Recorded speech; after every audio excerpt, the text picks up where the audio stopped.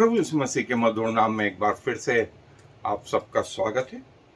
और प्रभु ने एक महत्वपूर्ण जो अपने जीवन से और कलीसिया में आरंभ करी थी, वो थी गवाही।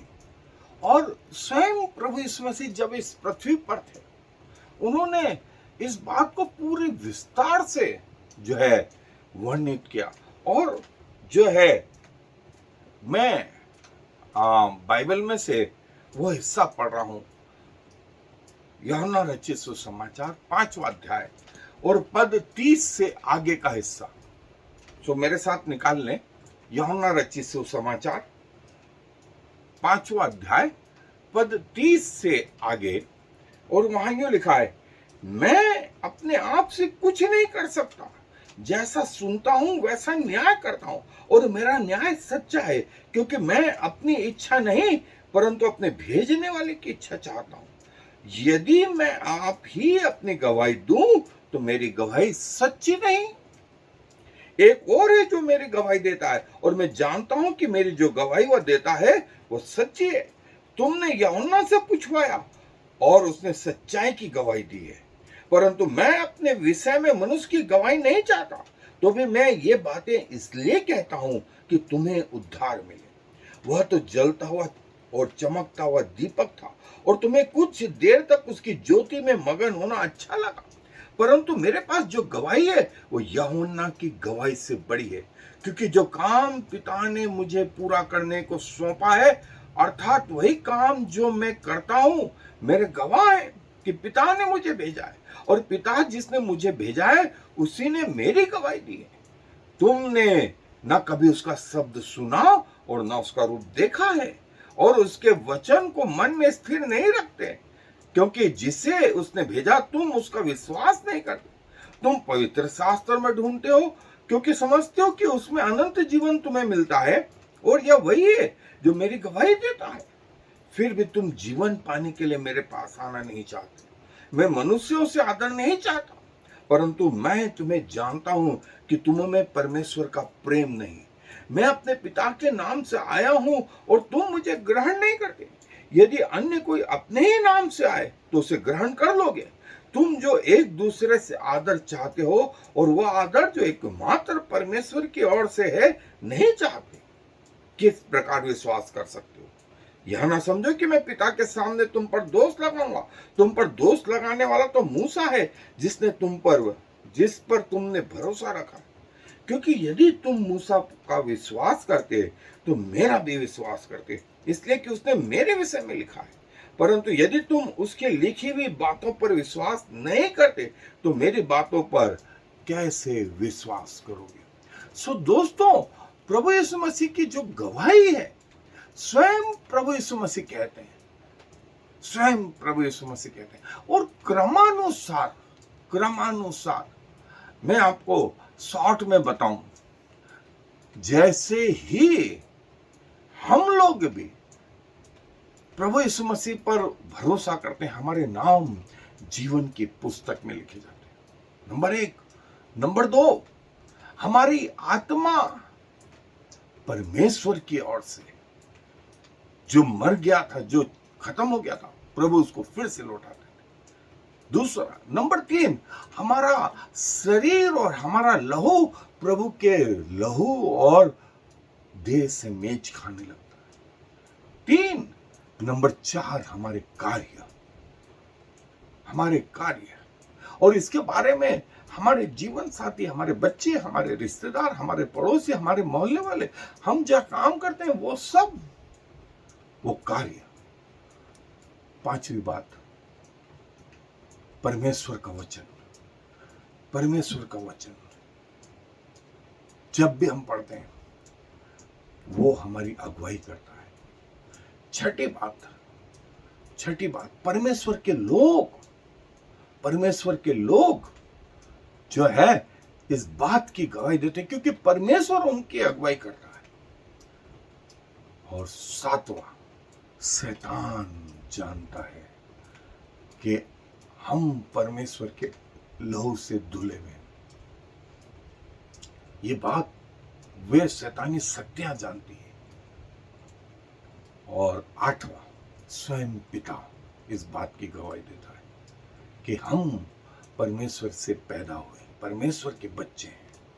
इसी इन 8 पॉइंटों में हम ये भी पहचान सकते हैं कि कौन झूठा भविष्यवक्ता, झूठा व्यक्ति है, क्योंकि वो इन बातों में धोखा नहीं दे सकता। वो कहने के द्वारा एक्सटर्नल और इंटरनल बोल सकता है, लेकिन ये सब चीजें परमेश्वर से लगा करके, स्वर्ग से लगा करके पृथ्वी तक गवाह है। और प्रभु यीशु मसीह स्वयं अपनी गवाही देते हैं। बहुत सारे पॉइंट हमने यहां देखे। सो बाइबल इस विषय में और बहुत कुछ कहती है। सो आए मेरे साथ बाइबल अध्ययन पे चले।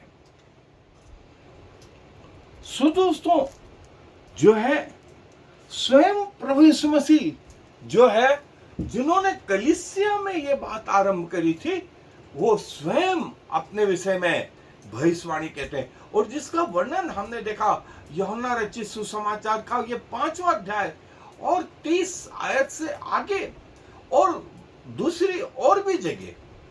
लेकिन स्वयं प्रभु यीशु मसीह जो है अपनी गवाही रखते हैं, अपनी गवाही रखते हैं।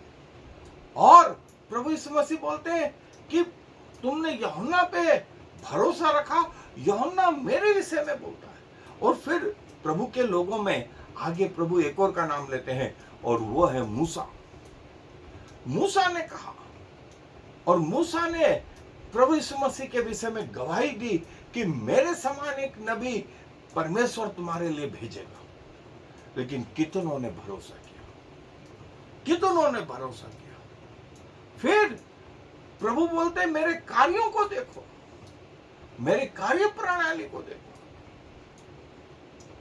जो कार्य मैं करता हूं। जो ग्रीक शब्द आया है वो ड्यूनामिस, और सिमियोन, वो आश्चर्य कर्म, वो दैनिक जीवन, वो प्रभु का जो है प्रतिदिन का जीवन, वो प्रभु को प्रकट करती है। वो प्रभु की गवाही है, वो प्रभु की गवाही है। और फिर पिता मेरी गवाही देते हैं। यदि मैं अपनी गवाही खुद दूं तो मेरी गवाही शायद झूठी भी ठहरे। और यहां से हम झूठे भविष्यवक्ताओं को पहचान सकते हैं। उनकी गवाही कौन रखता है? पिता। और प्रभु बोलते हैं तुमने न पिता को देखा है न जाना है, और पिता मेरी गवाही देते हैं, पिता मेरी गवाही देते हैं। और जब प्रभु यीशु मसीह का ट्रांसफिगरेशन हुआ, वो रूपांतरण हुआ उस पहाड़ पे, तो मूसा और एलिया तो थे, लेकिन पतरस, याकूब, यूहन्ना ने किसकी भी वाणी सुनी? उनके आत्मिक कान खुल गए। आत्मिक कान खुले तो उन्होंने पिता की वाणी को सुना, ये मेरा प्रिय पुत्र है, इसकी सुनो। प्रभु यीशु मसीह का बपतिस्मा हुआ, आकाशवाणी हुई, पिता ने कहा कि ये मेरा प्रिय पुत्र है जिससे मैं प्रसन्न हूं। और ये पिता जो है परमेश्वर स्वयं प्रभु यीशु मसीह की गवाही रखते हैं, जो यूहन्ना रचित सुसमाचार के 5वें अध्याय 37-38 आयत में। और इसके बाद तुम पवित्र शास्त्र में ढूंढते हो, पवित्र शास्त्र मेरे विषय में गवाही देता है। प्रभु यीशु मसीह स्वयं बोलते हैं कि पवित्र शास्त्र मेरे विषय में गवाही देता है। और देखिए, पवित्र शास्त्र शैतान को शैतान के रूप में, और अशुद्ध को अशुद्ध के रूप में, पापी को पापी के रूप में, शुद्ध को शुद्ध के रूप में, अनंत जीवन, अनंत नरक और विभिन्न पहलू जो है पवित्र शास्त्र प्रकट करता है। और पवित्र शास्त्र इस बात की गवाही देता है कि हम परमेश्वर से उत्पन्न हुए, हम परमेश्वर के बच्चे हैं। और जैसा मैंने कहा कि जब हमने विश्वास किया तो हमारे नाम कहां लिखे गए? जीवन की पुस्तक, जिसका हमको आज एहसास नहीं, लेकिन जिस दिन न्याय होगा उस दिन एहसास हो जाएगा। उस दिन एहसास हो जाएगा कि वो क्या हुआ, वो क्या हुआ। और जैसा मैंने बताया कि यूहन्ना के अलावा प्रभु यीशु मसीह की गवाही मूसा और नबियों ने कही। मूसा ने जो है व्यवस्था विवरण 18:15 में कहा कि मेरे समान मेरे से भी बढ़ करके जो है एक नबी परमेश्वर तुम्हारे लिए भेजेगा। वो कोई और नहीं, वो कौन? स्वयं परमेश्वर, जिसको हम प्रभु यीशु मसीह के नाम से जानते हैं। और इसीलिए जब प्रभु यीशु मसीह का रूपांतरण हुआ, वहां कौन थे? मूसा, एलिया। और बाइबल में पुराने नियम में ये दिग्गज बड़े बड़े व्यक्ति किसके सामने उपस्थित हुए? राजाओं के राजा के सामने, प्रभुओं के प्रभु के सामने। मूसा व्यवस्था का देने वाला, और भविष्यवक्ताओं में जो है एलिया सर्वश्रेष्ठों में से एक, ये प्रभु यीशु मसीह के सामने प्रकट हुए। ये प्रभु की गवाही रखने वाले। और पवित्र आत्मा जैसा स्वयं प्रभु यीशु मसीह बोलते हैं कि तुम मेरे साथ आराम से हो, लेकिन पवित्र आत्मा मेरी गवाही रखता है। वो बताएगा, वो मुझे तुम पर प्रकट करेगा, और तुम इस बात को जान लोगे। और हमने देखा कि परमेश्वर का वचन तो वह ही प्रभु यीशु मसीह को प्रभु यीशु मसीह करके प्रकट करता है। लेकिन यही वचन जो है, कई जो है इविल लोग, शैतानी लोग, प्रभु यीशु मसीह को शैतान करके भी जो है समझते हैं। जैसे प्रभु यीशु मसीह ने कहा कि मैं मिलाप कराने नहीं, वरन झगड़ा कराने आया हूं। सास बहू का, बेटी मां का, पिता बेटे का, एक राज्य दूसरे राज्य पर, एक राष्ट्र दूसरे राष्ट्र पर, एक जाति दूसरी जाति पे। तो एक आतंकवादी ने कहा कि यही देखें, सबसे बड़ा आतंकवादी कौन सबसे बड़ा आतंकवादी? देखें, आपका सोच, आपका ब्रेन ऐसा है। और यहां लिखा हुआ है, बाइबल में बताया उसने। और कई व्यभिचारियों ने बताया कि भाई, हमने यदि व्यभिचार कर लिया तो आप बाइबल में देखो, आप देखें अब्राहम की 3 पत्नियां, याकूब की 4 पत्नियां, मूसा की 2 पत्नियां, जो है उसके बाद में दाऊद की तो करीब 27 पत्नियां, 17 पत्नियां और 10 रखेलियां। और वो 10 रखेलियों को अबशालोम ने बिगाड़ा था। तो सुलेमान ने 700 रानियां और 300 रखेलियां। बोले भाई साहब, ये देखें आप, प्रभु यीशु मसीह ने बनाई, हमने लगाई, इसमें क्या बुराई? शराब पीने वाले ये बोलते रहते हैं। देखिए, ये परमेश्वर का वचन जो आपके अलग सोच से आपने, वही परमेश्वर का वचन है, लेकिन सोच अलग है। इसी वचन को जो है अलग तरीके से जो है इंटरप्रेटेड किया गया, उसकी व्याख्या की गई, उसकी समझाइश दी गई। और शैतानी काम क्या है? यही है। सो परमेश्वर के वचन को करेक्ट तरीके से जानना, ये बगैर पवित्र आत्मा के संभव नहीं है। और परमेश्वर प्रभु यीशु मसीह जो है परमेश्वर है, ये वचन है। वचन परमेश्वर के साथ, और वचन परमेश्वर, ये हर व्यक्ति पर प्रकट नहीं। जब तक पवित्र आत्मा वो पवित्र शास्त्र बूझने के लिए नहीं आएगा, हम ऐसे ही इंटरप्रिटेशन करते रहेंगे। लेकिन जब पवित्र आत्मा आएगा तो जिस भाव से पवित्र आत्मा ने वचन को लिखाया है, उसी भाव से वो हमें समझाएगा और उसी भाव से हम समझेंगे। इसके बाद जो एक महत्वपूर्ण चीज थी, लूका रचित सुसमाचार का 8वां अध्याय 28 आयत, मरकुस रचित सुसमाचार का 5वां अध्याय 1 से 20 आयत, लेकिन 7वीं आयत में, फिर मत्ती रचित सुसमाचार 8वां अध्याय 29 आयत में, यहाँ एक दुष्ट व्यक्ति गिरासेनियों से निकल करके आया और उसने एक शब्द कहा, एक वाक्य कहा, हे परम प्रधान परमेश्वर के पुत्र यीशु। देखिए, दुष्ट आत्मा ने क्या क्या कहा? परम प्रधान परमेश्वर, उसका पुत्र जिसका नाम क्या है? यीशु। और तू समय से पहले हमें क्यों कष्ट देने आया?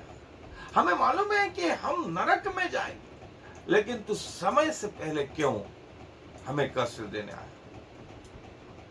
प्रभु ने इनकी भी विनती सुन ली। किसने कहा ये शब्द? शैतानी आत्माओं ने कहा। शैतान प्रभु यीशु मसीह को जानता है, शैतान प्रभु यीशु मसीह को जानता है, और शैतान प्रभु यीशु मसीह के लोगों को भी जानता है, जो उसके लहू से धुले गए, जिन्होंने प्रभु यीशु मसीह के लहू को अपने जीवन में लिया। वो इस बात की गवाही रखते हैं कि वे प्रभु से उत्पन्न हुए, और इस बात को शैतान और स्वर्गीय सेना भी समझती।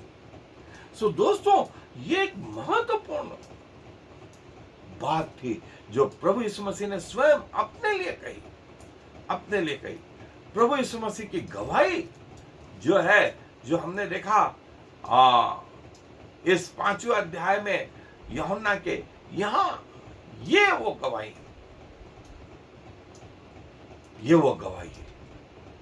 और स्वयं प्रभु अपनी गवाही रखते हैं। और मैंने बताया कि इसी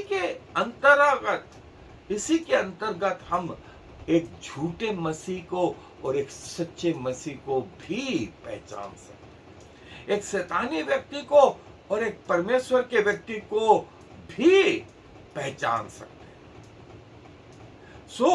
प्रभु अपने वचन पर आशीष दे।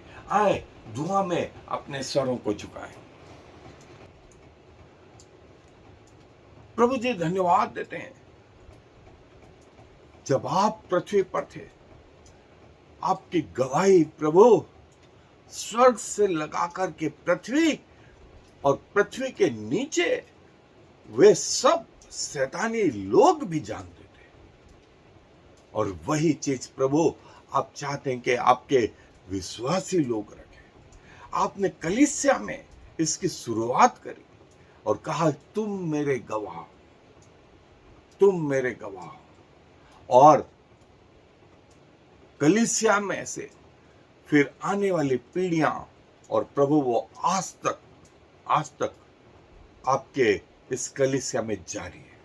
हम धन्यवाद देते हैं प्रभु आपकी अद्भुत बातों के लिए। सारा मान सम्मान आपको देते हुए इस विनती को प्रभु यीशु मसीह के नाम से मांगे, आमीन और फिर आमीन। Shema Yisrael Yahweh Eloheinu Yahweh Echad. Hear, O Israel, the Lord is our God, the Lord alone.